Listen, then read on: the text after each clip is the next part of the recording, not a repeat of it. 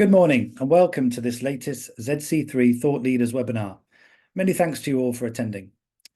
The aim of these webinars, which Mobility Ways typically hosts fortnightly, is to support sustainability learning and invite collaboration on decarbonisation topics. For those new to Mobility Ways, we are a leader in transport decarbonisation and the leader in tackling commuting emissions through our comprehensive Measure, Reduce, Report framework. Through tech-enabled tools and data-led processes, Mobility Ways helps organisations reduce carbon and deliver operational improvement, particularly in areas relating to estate management, resourcing, inclusion and employee well-being. My name is Graham Bannister and I lead Mobility Ways interactions across several sectors, including councils, construction and consultancies. And so to today's webinar, Understanding Carbon, the Key to Achieving Your Net Zero Targets. I mentioned already that the purpose of these sessions is to support learning, while today's webinar is really leaning in on this aspect. For today's webinar, I'm very pleased to be joined by Anne Snelson, a certified carbon literacy project practitioner, and Sophie Ellis, who leads on sustainability and social value for Mitie. Welcome both. I will leave Anne and Sophie to fully introduce themselves and their activities.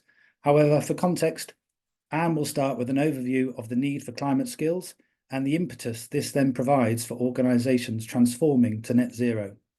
Sophie will follow and provide insights into Mitie's decarbonisation journey, the importance of bringing sustainability topics to the front line, and key findings from implementing carbon skills as part of overall learning and development. Anne and Sophie will each present for 15 to 20 minutes, leaving, I hope, adequate time for questions at the end of this webinar. Please do add comments as they come to you via the Q&A function. If we don't get to all questions and queries during the webinar, we will aim to follow up via email. Plus, with this session being recorded, a link to the video will be circulated in a few days. So no need to spend the next hour snipping slides, making extensive notes. Okay, all set. Anne, over to you.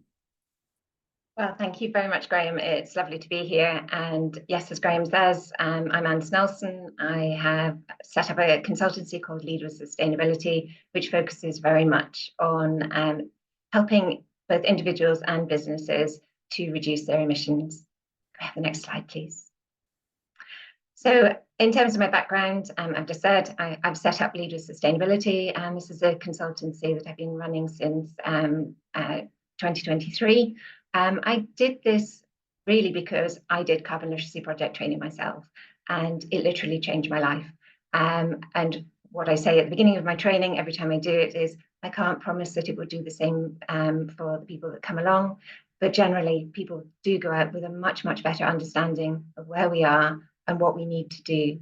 And they go out motivated as well to make change. And you will see later from Sophie what it has done for Mitie and other organisations similarly.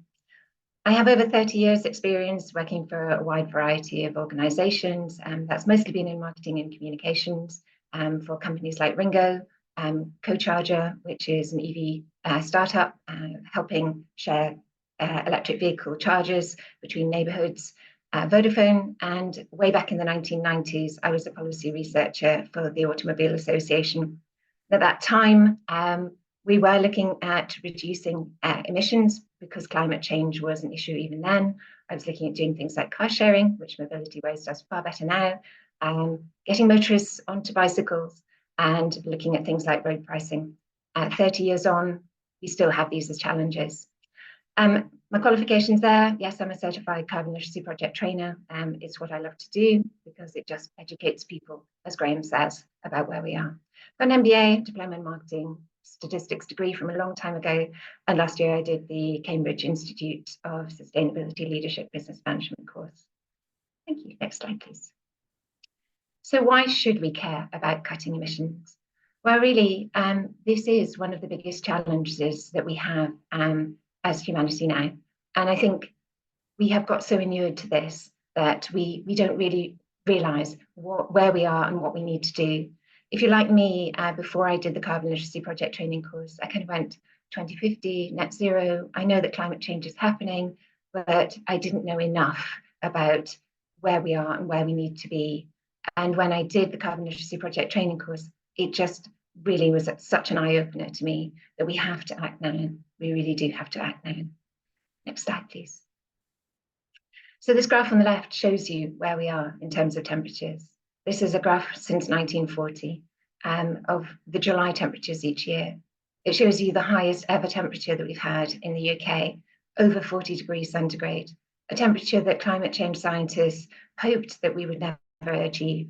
And we achieved it literally 8 years after the Paris Agreement, where we were doing our best, where 200 countries said that they would do their best to keep temperatures to 1.5 degrees or at maximum 2 degrees.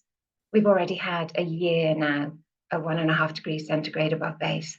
So we're heading in the wrong direction completely and utterly.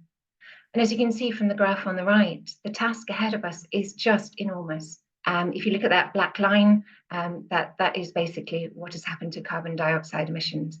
You can see the little dip for COVID. So just imagine, we all know what happened during COVID, and that was the impact on emissions worldwide, just a tiny down bit. And to get to net zero, that is the graph. That's what we have to do. You know, it's just incredible. And this chart, I guess, was instrumental for me in understanding where we are and what we need to do.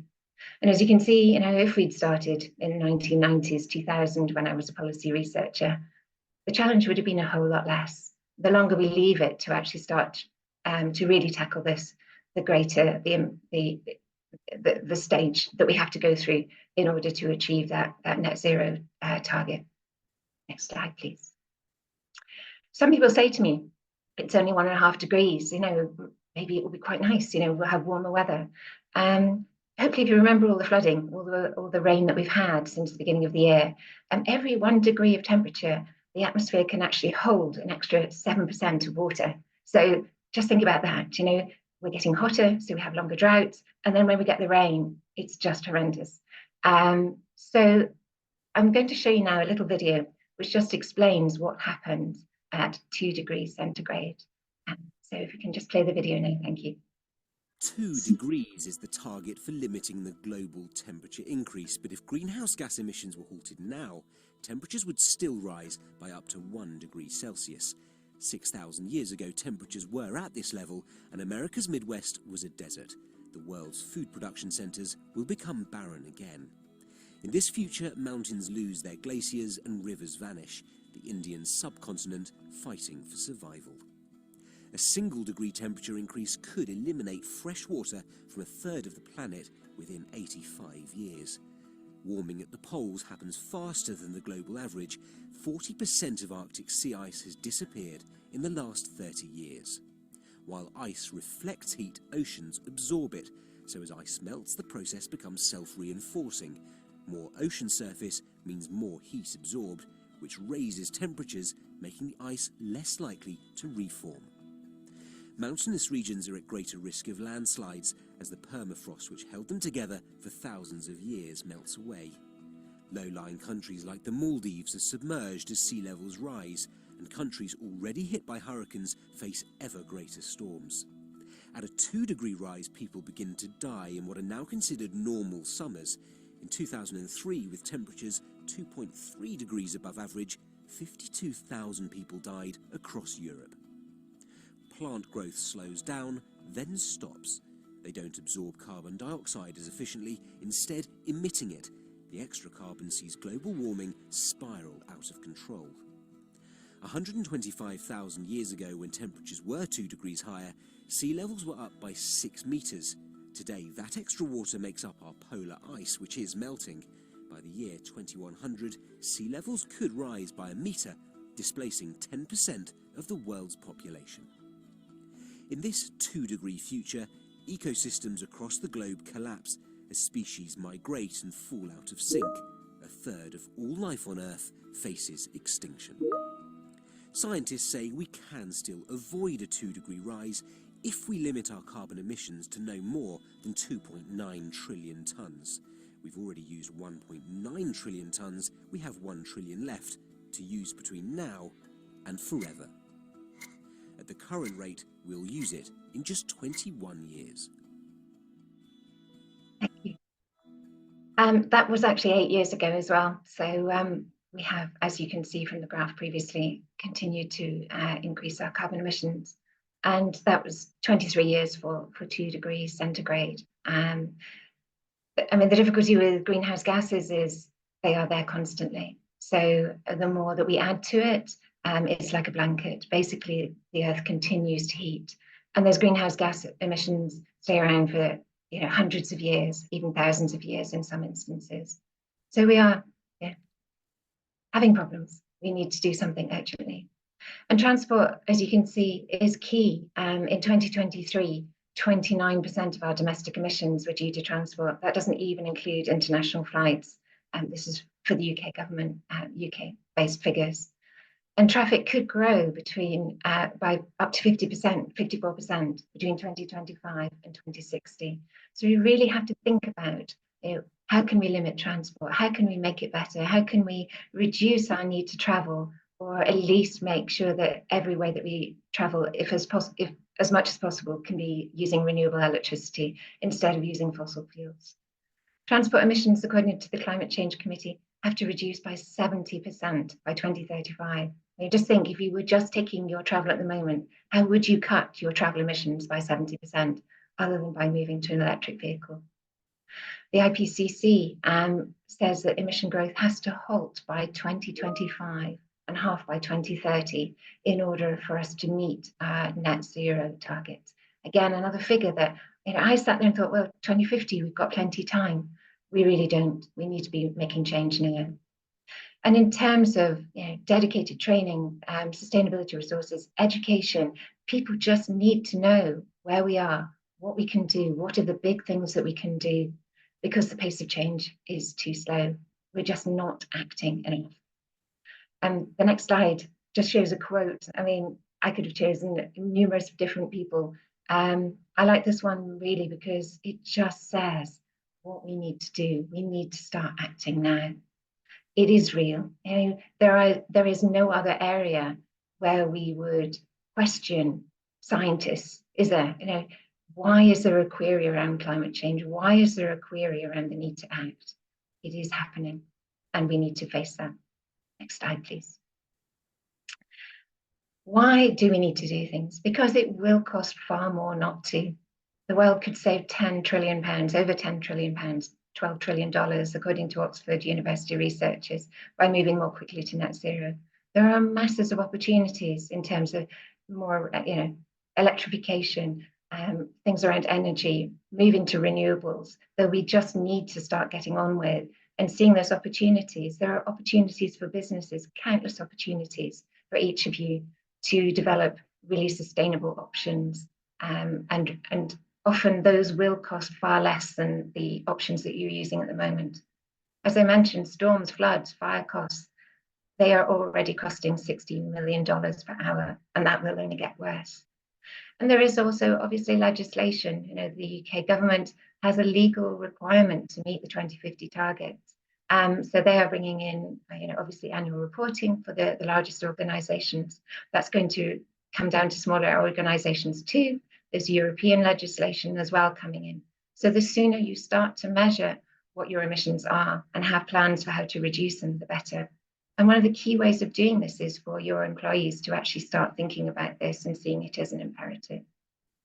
Click through, please. It is good for business as well. Sustainable options are quite often cheaper. I mean, if you think about traveling to events, for instance, as just one example, if people car share, then you're halving your costs. And you can do that through solutions like Mobility Ways, have easy to use services that can make it far easier for you to do that. It does also attract customers. More and more people are concerned about climate change. So if you can be promoting the fact that you're thinking about it, that you're supporting it, that your services are greener, then that will also help your business.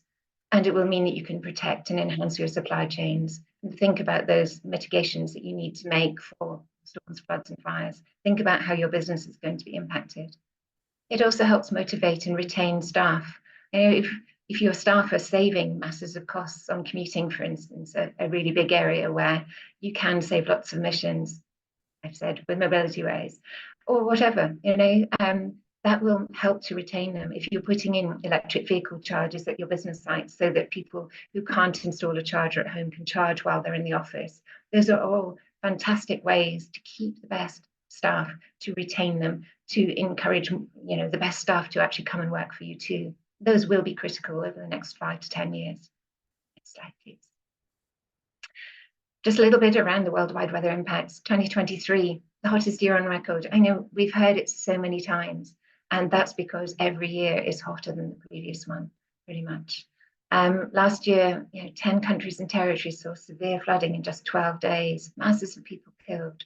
And again, think about the impact of that on food production, on business operations, and it will only get worse. And those record-breaking wildfires across Canada and places like that, which all add to the emissions issue and make it far, far worse. Slide, please. Another reason for doing it, you can learn it in a day. I promise if you come in and do the course the same way that I did, the same way that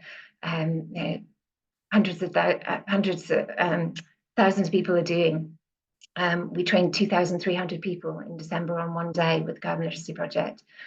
You come in and you may have a vague awareness about climate change. You come out feeling like you know what to do, you know what the situation is and what you can do to change.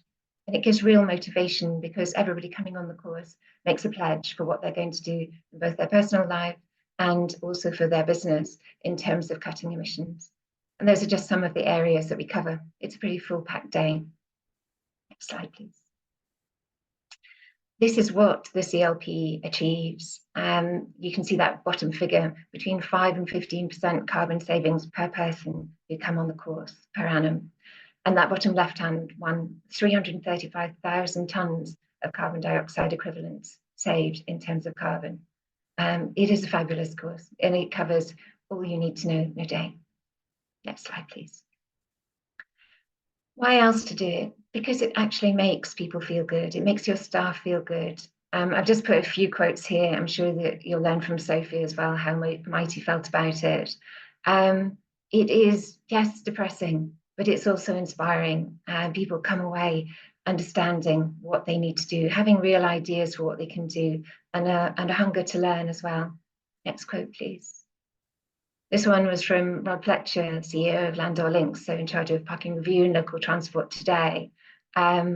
He has now trained all of his staff, or pretty much all of his staff, in carbon literacy, and he's changed the way that his business operates. So he's changed all the events so that they are far lower emissions. And as I say, all of his staff have been on the course too. And the final one, please, is from Nissan, who I've been training over the last few months. This chap's worked for the company for 33 years. And I think you can see the most enjoyable, educational and interesting course that he's done during that time. I have to say he came up with fabulous pledges as well, just for simple things that Nissan can do to reduce their emissions and make the world a better place. Next one, please. And really, I would just say, because you might wish you had, one of the reasons I'm doing this is because I went to my 16-year-old daughter and said, you and Tommy are going to have to do something about climate change. And she just said to me, well, what are you doing about it, Mum? You're not exactly past it, which I hope amuses. And it just made me think, click please, if you wouldn't mind. I never want to regret that I didn't do more. And I think we will reach a time when absolutely we're feeling like that. So my question to you is really, click again. How about you? I'm going to end with another video, which is from the National Geographic, which just, again, describes where we are and what we need to do. Thank you.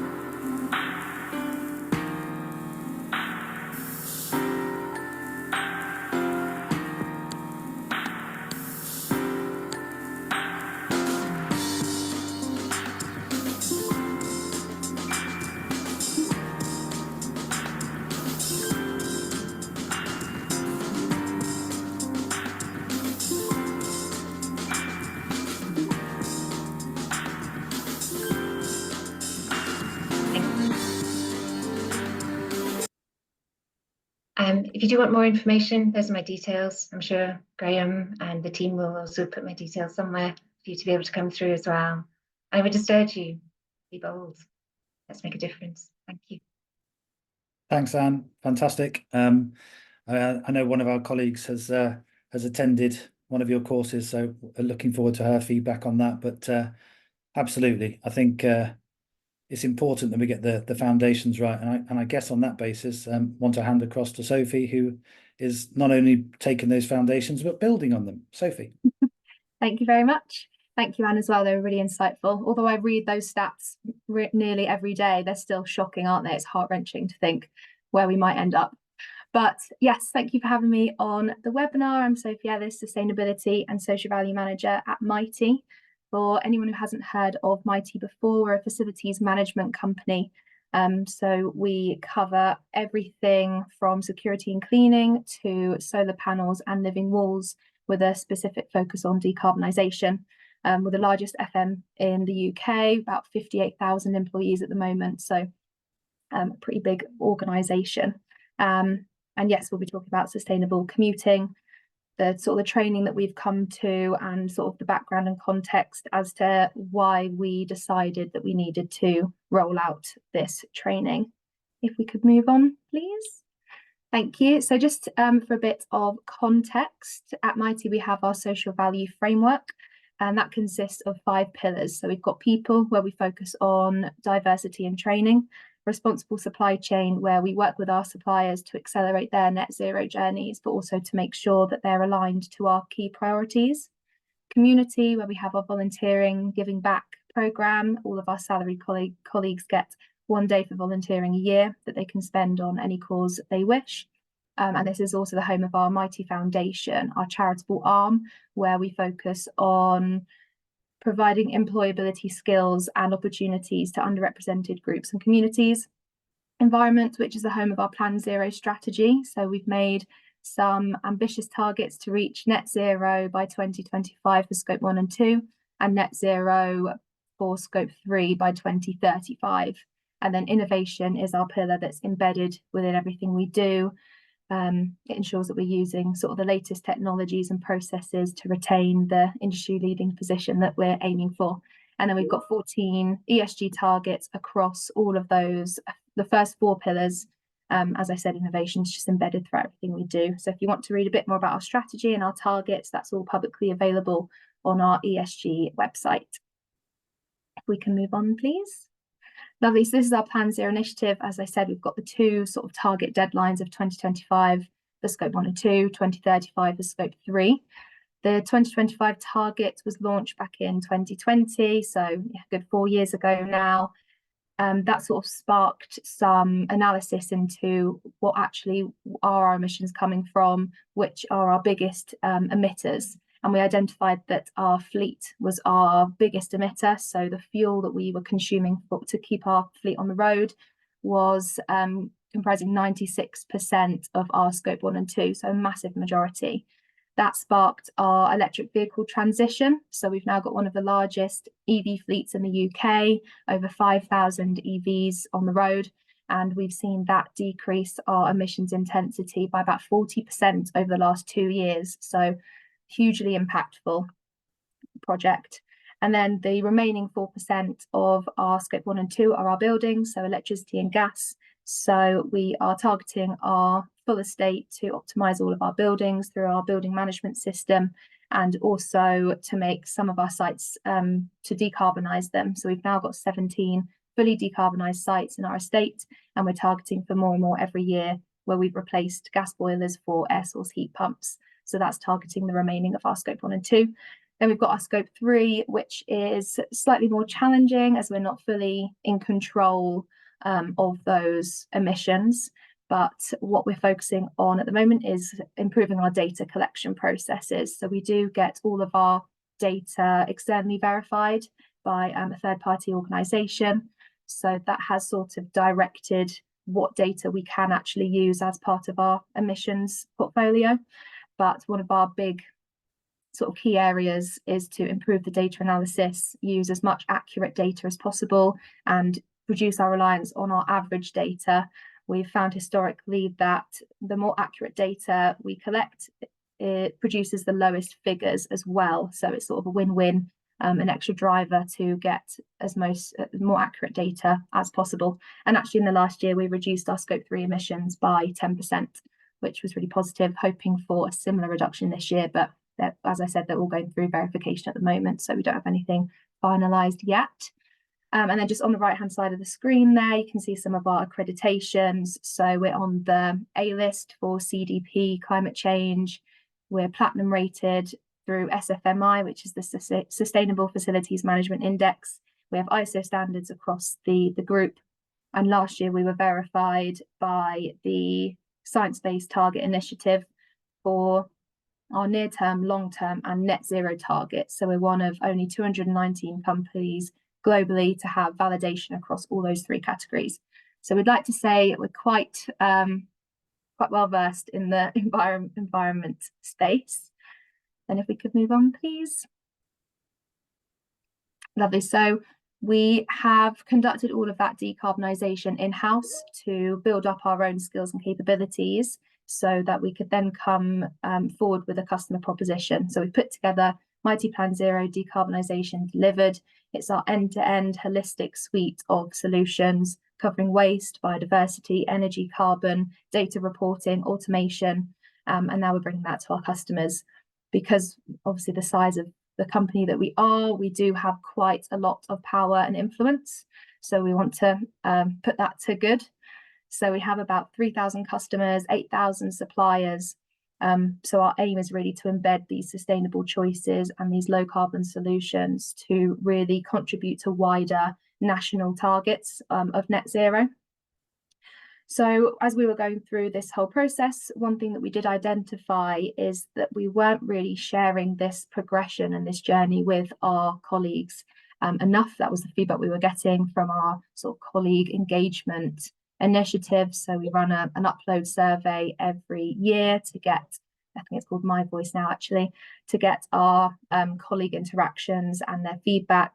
We have board listening sessions, and we also look at the feedback just through our intranet articles. So through monitoring that feedback that was coming in, that was sort of highlighted as a gap in our current delivery, which leads us on to the next slide, our employee value proposition. So at Mitie, we have a lot of visions, missions and values, but 2 of the big ones here on the screen is that we want to be an employer of choice and to create a great place to work.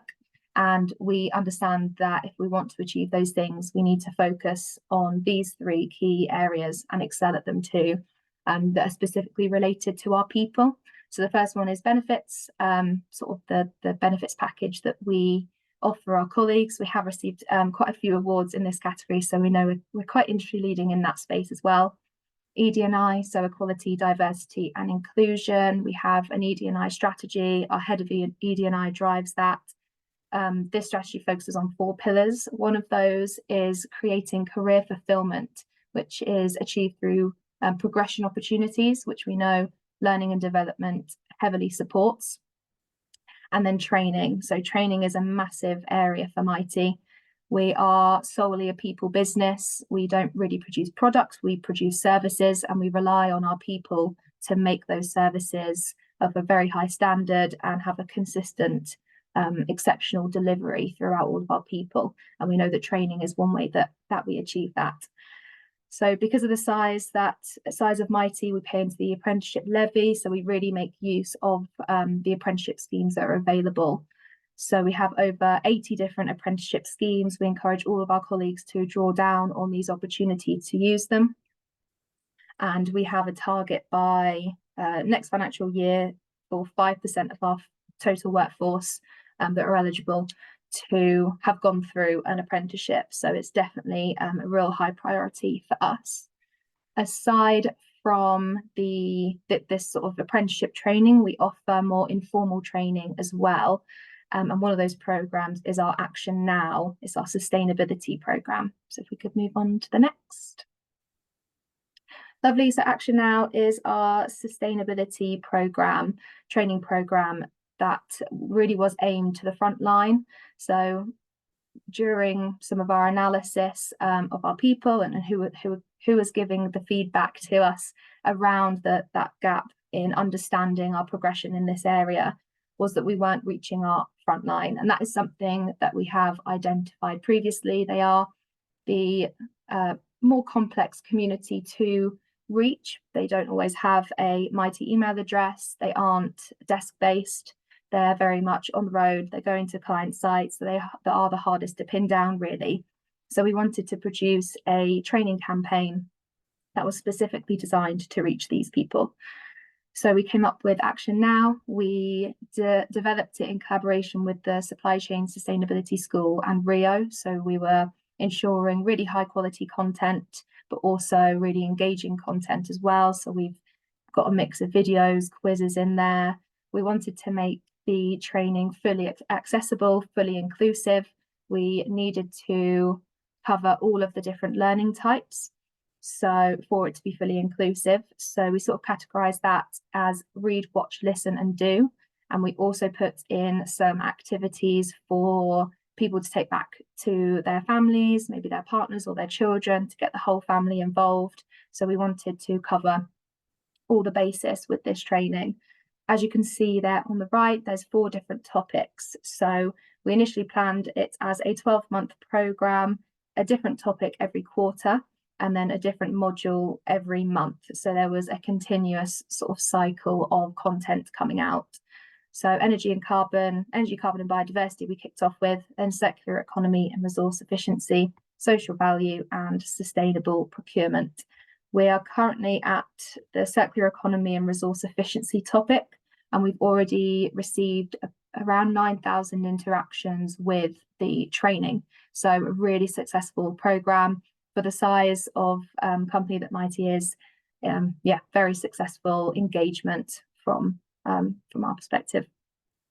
And then looking a bit more into that data, 52% of those interactions came from our business services division, which is predominantly made up of our security and cleaning colleagues, and they are all frontline. So it shows that the audience we intended to direct this to are the ones that are engaging. So really, really positive on that front as well. We could move on. Lovely, thank you. So our commuting survey. So this is a process that we have had to do annually as part of our emissions disclosure process. Previously, we were only targeting our office-based individuals, colleagues based at one of our hub sites.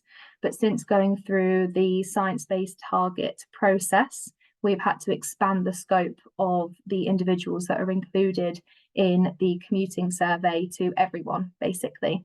So that's going from about 3,500 people to 58,000 people. So we knew we couldn't just sort of dump a survey on this new community who probably aren't used to completing surveys like this if they are client-based and less so involved with the group operations.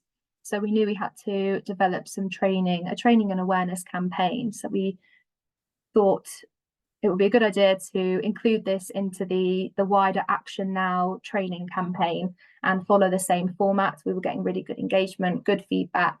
So we followed that same format for this. So we created a really engaging commuting video just to sort of give the basics and the foundation knowledge. And then we paired that with some quizzes to test knowledge, and then sort of an information process. We have an internal learning system called Learning Hub. So we're lucky that we can sort of house everything on there, and that can track all of the engagement and the usage. So we produced a module, went through lots of different topics within that area, and then paired that with some tips and ideas for our colleagues to use in their home life and their office life as well. So with the tips and tricks, we tried to include some ideas that would also relate to our colleagues' home lives, as we found that was the real key to engagement. If we could relate the content to our colleagues, in terms of something they could take home, share with their family, and actually benefit from that as well, then we found that was really helpful. And then from that, with our commuting survey, we received around 7,000 responses, which again is a really, really positive number for the size of company that Mitie is, especially as we expanded the scope of this commuting survey for this year. And this was the first year of the expansion. So that was about 5 times higher than the rate that we were receiving the year before. The actual response rate in terms of percentage was slightly lower, but the volume of responses was a lot higher. We always expected the percentage rate to drop as we were just maximizing the scope that we were including in this, and it being the first year. So that was always expected, but now we've got a really good base to work from, and we're going to aim to obviously increase that every year as it runs. If we could move on, please. Lovely. So just some reflection on the Action Now training campaign as a whole and the commuting survey. There were some aspects that were really, really successful, and definitely some areas that we can learn from, as with anything, and implement it in the following years of the process for this. So a couple of areas that went really well is those real life examples. So we found that the modules that contained the most relatable examples and the relatable content, they were much more engagement with those modules, and we received a lot better feedback as well after they had completed the modules. So especially with the energy module, that was definitely the most popular. This sort of related back to tips that people could take home in terms of their energy cost. I believe this module launched when the energy prices rocketed, so that was probably a bit of a multi-factor there. But yeah, that was definitely the most popular. If we could give people tips and tricks that they could use at home in their life, and it could benefit them, especially in monetary ways, as that is always very well received. Another area that we would definitely recommend to implement if you're developing a program like this at all is ensuring full inclusivity and accessibility. So accessibility in terms of location, so the modules being really easy to find, so you don't have to go trawling around trying to find this content, but also in terms of language. So because we were directing this at the front line, we had to sort of direct the language to cover the foundation level. These aren't people who work in sustainability or have this as a part of their daily role. So we had to make sure the terminology and the definitions were well explained, and just to make sure that the base level of understanding is covered before we were to move on to anything else. And the learning types. So that was a really crucial area to involve, making sure that every learning style is catered for and everyone sort of feels included. So that was one of our main aims that we made sure to implement, and it definitely paid off. And then quite a few learnings there, but the main learning I would say from conducting this is explaining the terminology and the language that we're using. So this was especially around the commuting module and the commuting survey. So making the definitions around commuting and business travel completely clear, and sort of what journeys would fall into which categories. That is definitely something that we'll take with us for next year. We need to make that more clear. Every touch point available where we're talking about the commuting training and the commuting survey, we needed to include the definitions there again, and perhaps in more detail. That was definitely something that tripped people up. It was a confusion area, and we got a lot of questions about that area specifically. So that was definitely highlighted to us as an area we needed to be more clear. And then can we move on to the final slide, I believe? And can you please just click through to get the visual? Thank you. So I thought I'd just conclude with a nice little visual. So this is Mitie's carbon emissions portfolio. This is FY23, so previous financial year. as I said, we're going through the verification process, so we don't have FY24 data finalised yet. But this is just to show how important tackling our scope 3 emissions and specifically commuting is in terms of our emissions portfolio. So proportionately, scope 1 and 2 is so minor compared to these other scope 3 categories. So it's super important to get our data accurate in a place where it can be verified and work with our colleagues to reduce our commuting emissions. Just some initial data analysis that we've received, we should be expecting about a 5% reduction in our commuting emissions this year, subject to change through the verification process. But historically, there hasn't been much change in that. So that is a positive note there. And now that we have expanded the scope to include all of our colleagues in this commuting survey, we've now received everyone's feedback. We're now engaging with everyone. We've now got a really good platform where we can target specific communities or hotspots and see where we can implement some sustainable commuting initiatives. We're quite early days in our journey in scope 3 and these certain categories and implementing programs in that sense. And as we all know, data is key to knowing where you can implement some projects and where you can get that maximum impact. So we've done the hard work with getting the data. We hopefully know where we are, and now our next step for this is to target some areas for some initiatives. I believe that's it from me. Thank you very much. Actually, could you just go back a slide, please, Jackson? Thanks, Sophie. That's really great, and it's really heartening to see the kind of the effort that's going into kind of creating a real foundation and building from it. And I really like the interactivity and the real sort of careful consideration of all of the different user groups and how you get them involved in something, and also not just from an employee perspective, but how they can then take that into their own individual lives and share that information with family. I think that's fantastic. I did also just want to kind of focus, I mean, Mobility Ways, we're all focused on the commute, and just to see the extent, the size of commuting. Very often we talk to clients, and this business travel one is kind of considered because flights, you know, they get quite wrapped up in kind of flights, but forgetting, actually, I've got thousands of people rocking up to an office or a site, a client site every single day.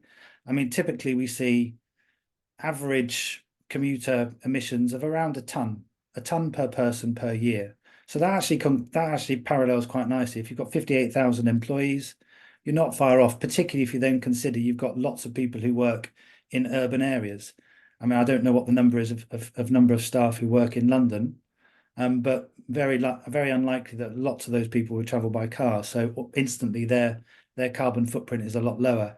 So I think the interesting thing going forward for you, and you're already on this journey, is to identify those areas where there is perhaps people who've got higher than a ton, probably a lot higher than a ton, and what you can do to support them.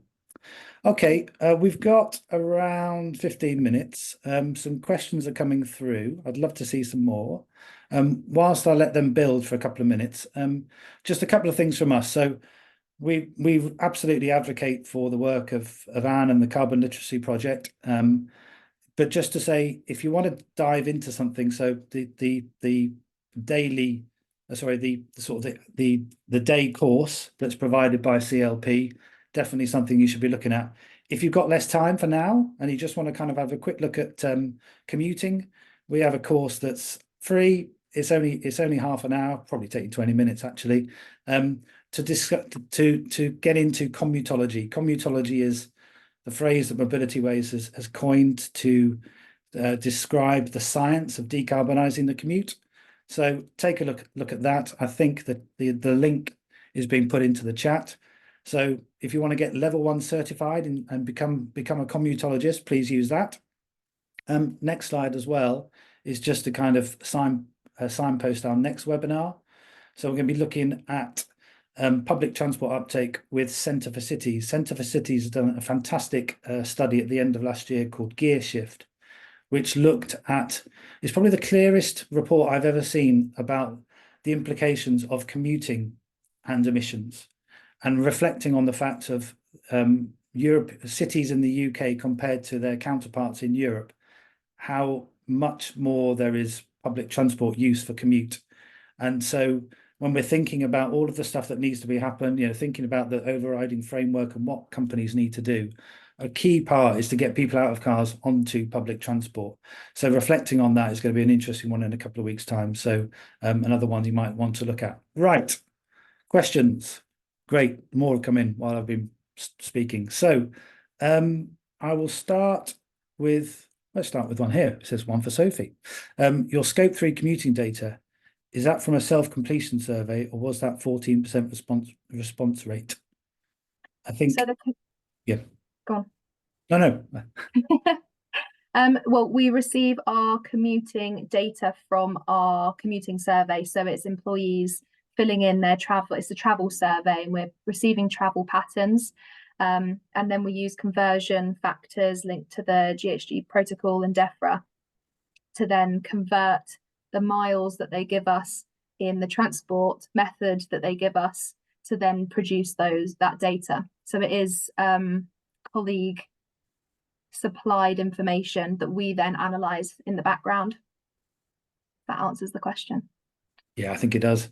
Like you say, there's always an element of extrapolation with this because you're looking for a margin of error. So typically when we work with clients on this basis, the larger the organization, perhaps the less response rate you need, but it's got to be statistically significant so that when you extrapolate it up, and like you say, you're externally verifying this, so that whole process will be checked to make sure that actually what you're coming up with, ultimately you're trying to get to a place where you've eliminated significant outliers, and if you've got a number of respondents, then you're in that place. Yeah. There is a question here about, seems to be quite a bit of interest in that commuting survey. Who did you use? Is that something you managed, you sorted out internally, or did you use somebody to do that? Yeah, so we developed that ourselves. We just use Microsoft Forms, like to keep it simple. Again, engagement seems to be higher if we just keep it simple. So yeah, we just used Microsoft Forms to send that out internally. We have a lot of internal channels that we can take advantage of, which is very useful. We have a weekly newsletter that goes out to everyone. We have an intranet called Mitie. We also have, because of our colleagues that maybe work in the central government and defence areas or that don't have a Mitie email address, there are some sites that they can't access internally. So we have an external website called mitiepeople.com that anyone can go on and access. So we just make sure that the survey is plastered across everything that people could access, everything that would be going in front of people. We make sure that it's mentioned in there. We put it in our download, which is our monthly manager's guide. So yeah, it's all sort of delivered internally. It's a collaborative effort with the ESG team, our comms team, our data analyst. So yeah, all internal. That's fabulous. And I guess it's a real commitment because obviously all of those assets, all of that collateral, there's other competing requirements within the business about what information you may impart and share. So it really speaks volumes that actually all of that activity is happening because therefore the company is really respecting it and prioritizing it. How long did you keep the window open for as a matter of? A month. Yeah, Great. the month of February. So the plan is every year going forward, February is commuting month, and that's when we collect the data so we can start to sort of embed it in people's calendars if we stick to the same month. And we're aiming to get higher engagement that way as well. Brilliant. There's a question here, Anne. It's quite an interesting one actually, because we're talking here largely in a UK context, but climate change is a global thing, and therefore when there are other parts of the world perhaps not doing or seeming not to do quite what we want to do, really, what's the point? So here's a question: what's the point in us acting when countries like China, although I'd say for China's perspective, they're the biggest solar manufacturer as well, but yes, granted, there's masses of growth and that is being mostly fueled by fossil fuels. But yeah, when countries like China are putting so many emissions in the atmosphere, what's the point of us on this little island doing stuff? Yeah, I mean, it is a question that I'm asked quite a lot. You know, I think people use that kind of as an excuse not to do stuff.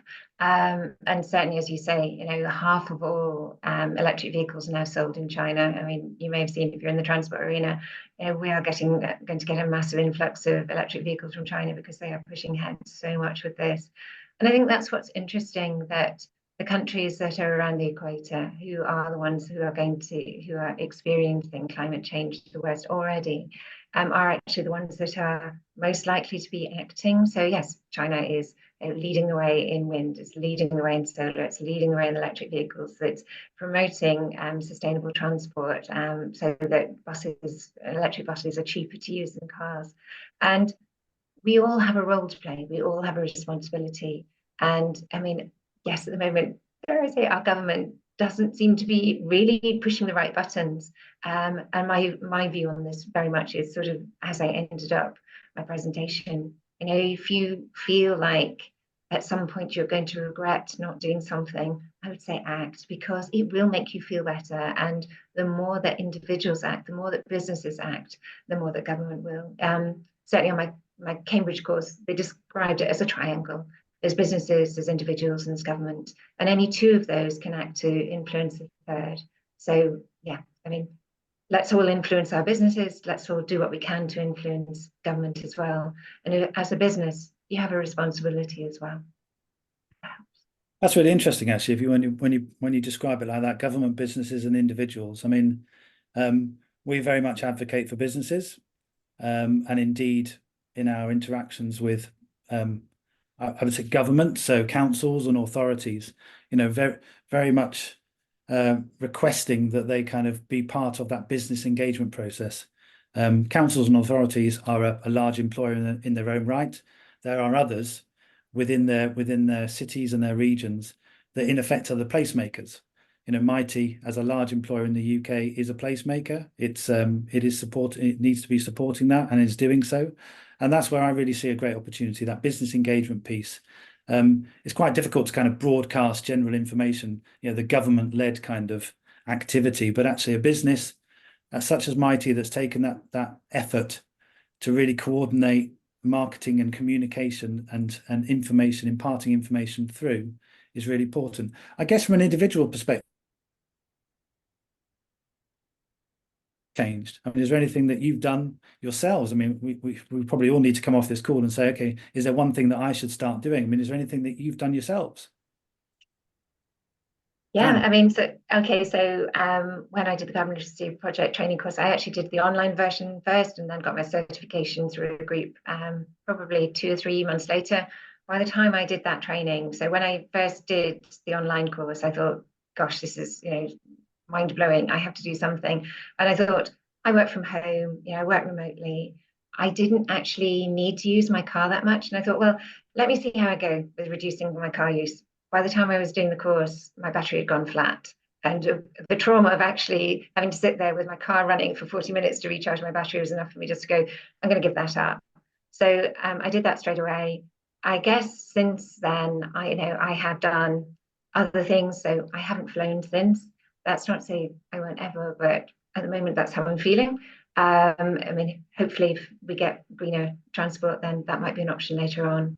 And yesterday I actually got solar panels installed, which is very exciting for me. I think you have to be in sustainability to understand that. So yeah, it's lovely to be able to take the power of the sun and turn it into, dare I say, running my laptop at the moment.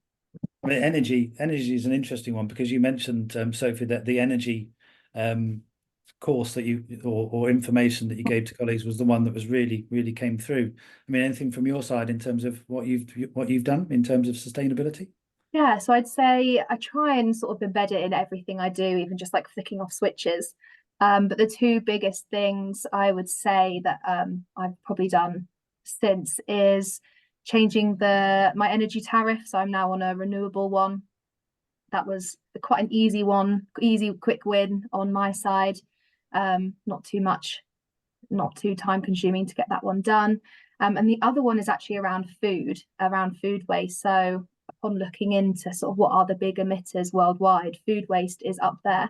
So I try and reduce my food waste wherever possible, looking into any little tips and tricks to reuse things.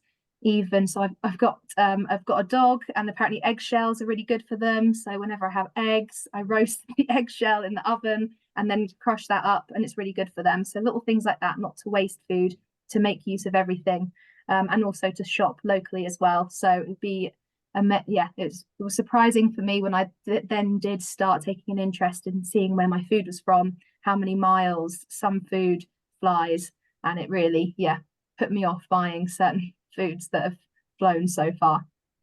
So they're my things. Great tips. And I think from my side, we are now a one car family, and there's 3 of us using that car, and it's not often that and that's been for about 6 months now, and actually most of the time it's worked fine. I'm a member of a car club in case there is that occasion where we do need another vehicle. So, you know, rather than having 2 cars and one sitting there all the time, I can just take a little part of another car for an hour or 2 if I need it. So that's a great thing to do. It's interesting, Sophie, you mentioned around the definitions around commuting and business travel and the like. From a business travel perspective, for about over a year now, I've stopped taking taxis. Living in Leeds, fairly close to a station, going to London fairly often on the train, would never attempt it in the car. Sometimes, it's just a sort of the natural thing is to just, okay, well, you know, I'm expensing it as well, of course. I'll just take the taxi down to the train station. Actually, I've stopped doing that. I found that the bus actually is more reliable than on-demand taxis, where you press a button, you're not quite sure when it's going to turn up. It costs much less, two quid on the bus versus 12 quid on a taxi, so I'm saving money. And I'm also finding that actually it's a much more pleasant experience.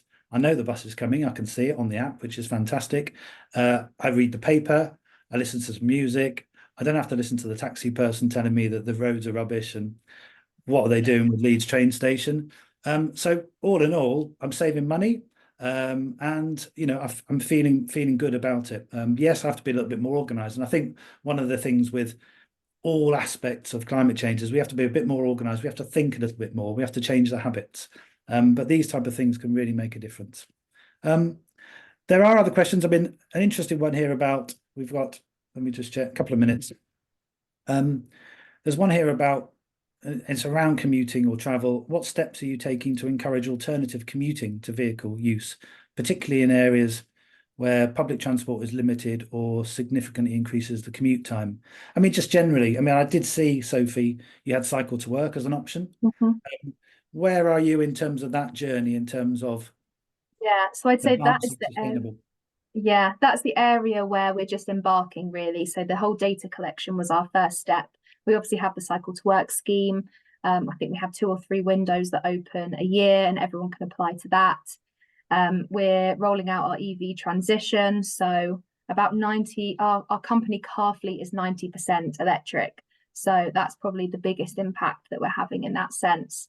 And that's really the next step for us to identify where are these hotspots that we can put some initiatives in. So that is, that's really our next step of impact. Fabulous. Well, I look forward to maybe finding out more about that in the future. But for now, thanks for everybody for attending. And Sophie, thanks so much for your contributions, much valued. And we'll call it a day. Thank you very much. Bye-bye. Thank you. Thank you.